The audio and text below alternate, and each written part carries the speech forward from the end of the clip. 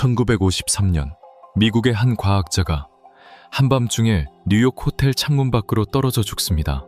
미국 정부는 자살이라고 발표했거든요. 그런데 40년이 지난 뒤에 가족이 시신을 다시 꺼내봤더니 머리 왼쪽에 누군가 때린 흔적이 있었습니다. 대체 왜 이 사람은 창문 밖으로 떨어졌을까요? 이 사건 하나를 파고 들어가면 미국 역사에서 가장 어두운 극비 프로젝트가 나옵니다. 프랭크 올슨이라는 한 사람의 죽음을 따라가다 보면 냉전 시대 미국 정부가 자국민에게 무슨 짓을 했는지 적나라하게 드러나거든요. 그리고 중요한 건 이 이야기의 범인이 한 명이 아니었다는 겁니다. 처음에는 미친 과학자 한 명의 이야기처럼 보이는데 끝까지 보시면 생각이 완전히 달라지실 거예요. 이 영상이 끝나면 여러분은 MK 울트라라는 이름을 완전히 다르게 보게 될 겁니다. 프랭크 올슨, 1910년생, 위스콘신 대학교에서 세균학으로 학사와 박사학위를 받은 과학자입니다. 1938년에 박사학위를 취득했으니까 28살에 박사가 된 거예요. 능력 있는 사람이었습니다. 졸업 후 메릴랜드주 캠프 데트릭이라는 미 육군 생물전 연구소에서 민간 과학자로 일했어요. 세균학이라는 분야 자체가 냉전 시대에는 국가 안보와 직결되던 영역이었거든요. 생물 무기를 막으려면 생물 무기를 이해해야 했고 올슨은 그 최전선에 있었습니다. 아내 앨리스, 아들 둘 에릭과 닐스, 딸 리사까지 5 식구가 메릴랜드의 조용한 동네에서 평범하게 살고 있었어요. 아침에 출근하고 저녁에 돌아와서 아이들과 시간을 보내는 아버지. 동료들 사이에서 올슨은 믿을 수 있고 헌신적인 사람으로 통했습니다. 맡은 일에 성실했고 조직에 충성했고 가족을 사랑한 사람이었어요. 그는 자기가 하는 일이 나라를 지키는 일이라고 진심으로 믿었습니다. 그리고 그 믿음이 이 사람의 비극의 시작이에요. 그런데 이 시기가 어떤 시대였냐면요. 1950년대 초반, 냉전이 한창이었습니다. 미국은 소련이 인간의 정신을 조종하는 세뇌 기술을 개발하고 있다고 믿었어요. 한국전쟁에서 돌아온 미군 포로들이 갑자기 공산주의를 찬양하는 발언을 하기 시작했거든요. 미국 정부는 공포에 빠졌습니다. 소련이 먼저 마인드 컨트롤을 완성하면 미국이 진다. 이런 논리가 정부 안에서 빠르게 퍼졌어요. 지금 돌이켜보면 과대망상에 가까웠지만 그때는 이걸 진지하게 받아들인 겁니다. 이 공포를 기회로 삼은 사람이 있었습니다. 시드니 고틀립, 뉴욕 브롱크스에서 헝가리계 유대인 이민자 부모 사이에 태어난 사람이에요. 칼텍, 그러니까 캘리포니아 공과대학교에서 생화학 박사학위를 받았습니다. 이 사람은 태어날 때부터 한쪽 발이 안쪽으로 휘어 있었고 어릴 때부터 말을 더듬었어요. 군 복무도 면제받았죠. 그런데 이 사람이 평생 가장 좋아했던 취미가 민속춤이었습니다. 스스로를 깊이 영적인 인간이라고 여겼고 외딴 오두막에서 명상을 하고 시를 썼어요. 나중에 수천 명을 대상으로 인체 실험을 벌이는 프로그램을 운영하게 되는 사람의 프로필이 이거였습니다. 춤을 사랑하고 시를 쓰는 말더듬이 과학자. 1951년에 CIA에 입사했어요. 그리고 1953년 4월 13일 CIA 국장 앨런 덜레스가 공식 승인한 극비 프로젝트 MK 울트라의 총책임자가 됩니다. 자, 여기까지만 보면 냉전 시대의 평범한 과학자 이야기 같잖아요. 그런데 여기서부터 이야기가 어두워지기 시작합니다. 올슨은 이 시스템 안에서 충실하게 일하고 있었어요.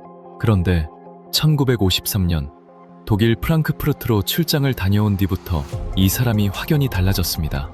올슨이 그곳에서 정확히 무엇을 봤는지는 지금도 완전히 밝혀지지 않았습니다. 다만 기록에 따르면 그는 CIA가 현지에서 수행하던 신문 실험을 직접 목격한 것으로 전해져요. LSD를 이용한 신문이었습니다. 그리고 올슨은 극도의 도덕적 충격을 받았어요. 여러분이 올슨이었다면 어떻게 했을까요? 자기 인생을 바쳐 일해온 조직인데 그 조직이 사람에게 하는 짓을 눈앞에서 직접 본 겁니다.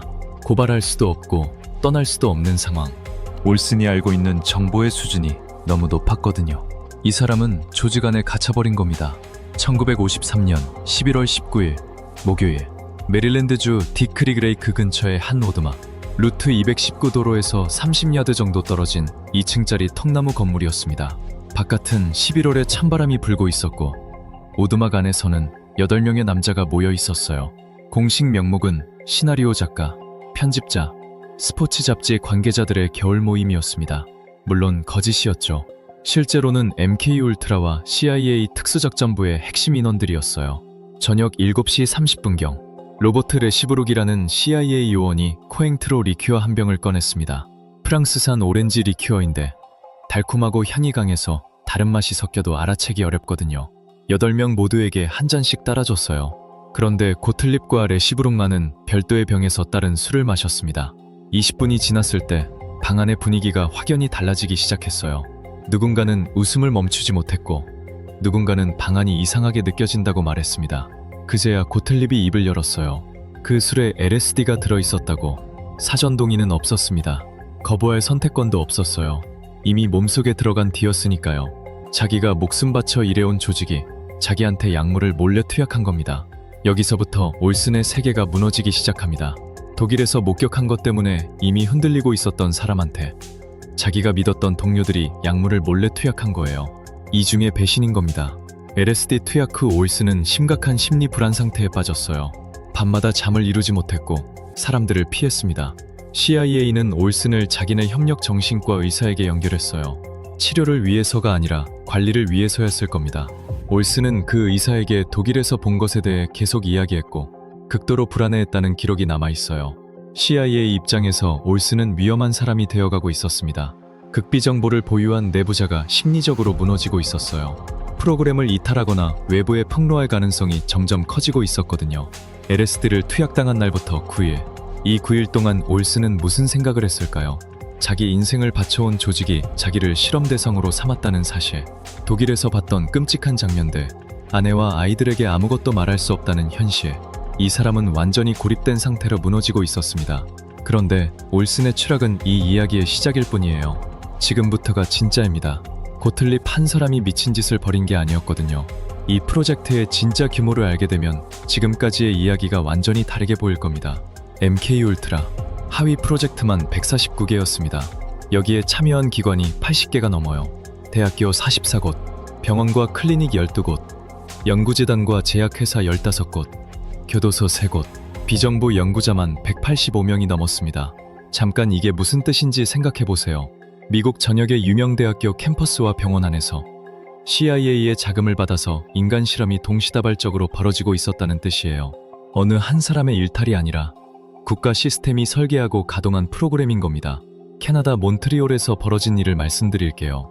도널드 유엔 캐머런이라는 정신과 의사가 있었습니다. 이 사람이 동네 병원의 무명 의사가 아닙니다.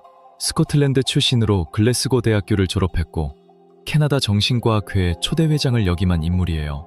맥길 대학교 앨런 기념연구소의 소장이었습니다. 당대 최고의 정신과 의사 중 한 명이었다는 뜻이죠. 이런 사람이 CIA로부터 6만 9천 달러의 자금을 받았어요.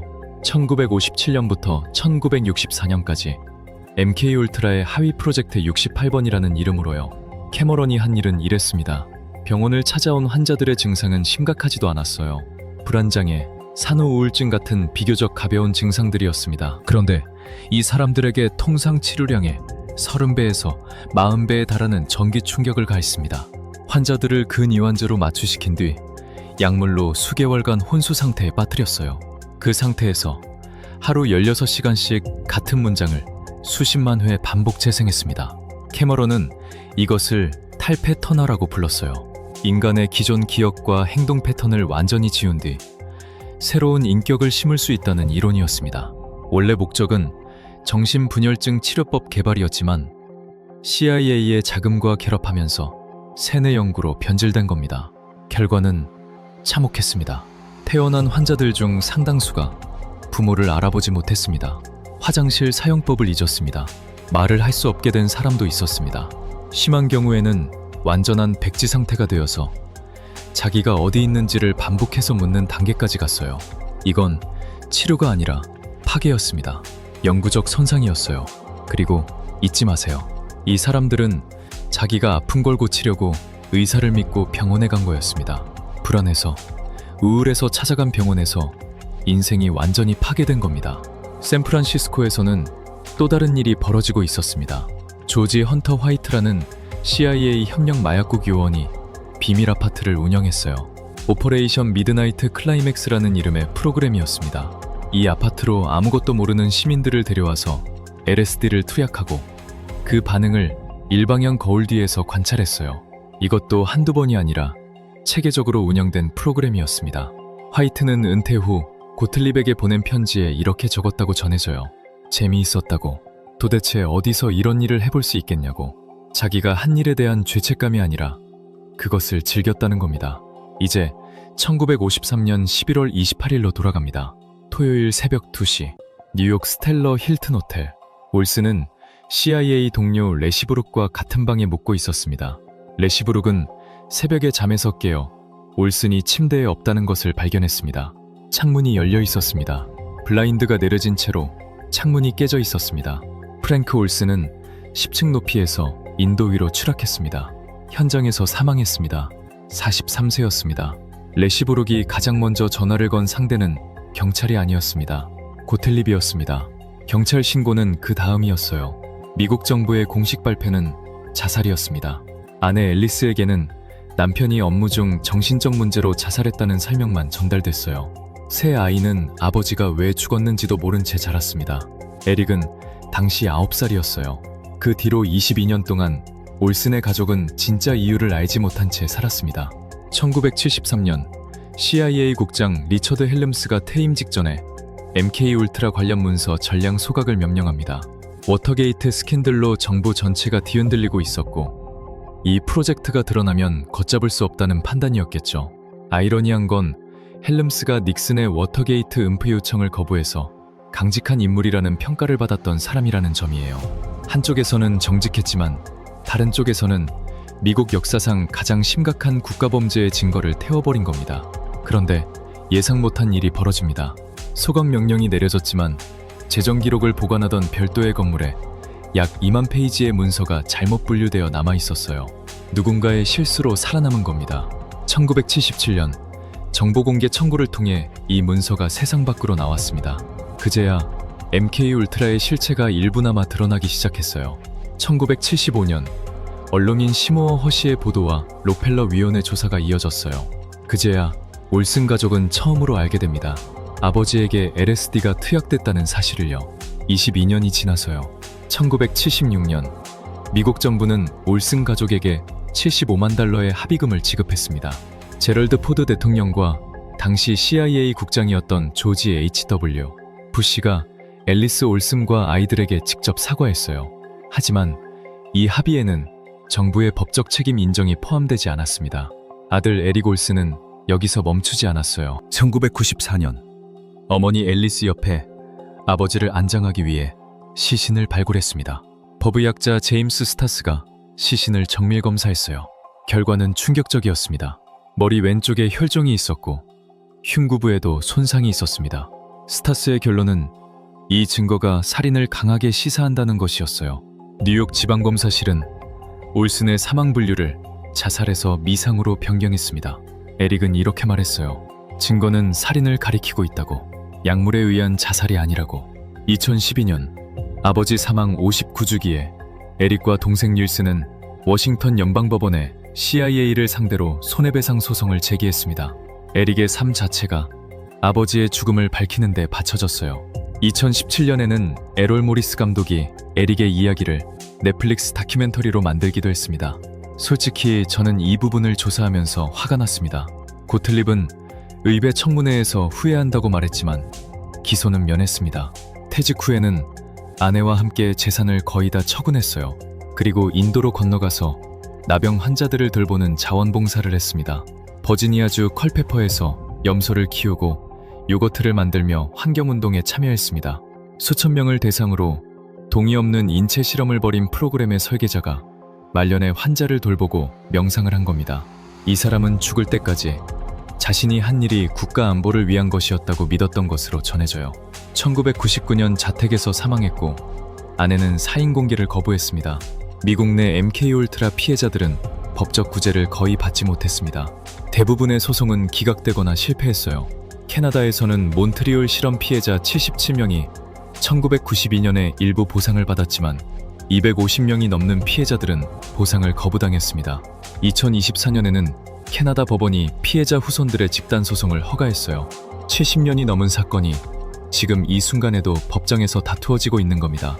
2025년 10월에는 고틀립이 1977년 상원 청문회에서 한 비밀 증언의 전문이 처음으로 공개되기도 했어요. 50년 동안 기밀이었던 문서가 이제야 세상에 나온 겁니다. 이 이야기는 끝나지 않았습니다. 올슨이 근무했던 캠프 데트릭은 현재도 포트 데트릭이라는 이름으로 미군 생물방어 연구시설로 운영되고 있어요.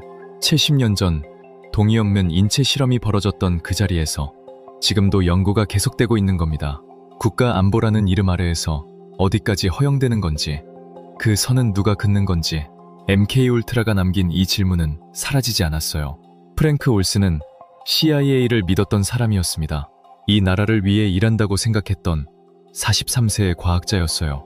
새 아이의 아버지였습니다. 그 시스템이 그를 실험 대상으로 만들었고 9일 뒤에 뉴욕의 한 호텔 창문 밖으로 떨어졌습니다. 법의학 증거는 누군가 그의 머리를 때렸다는 것을 가리키고 있지만 법적으로 이 사건은 여전히 미상입니다.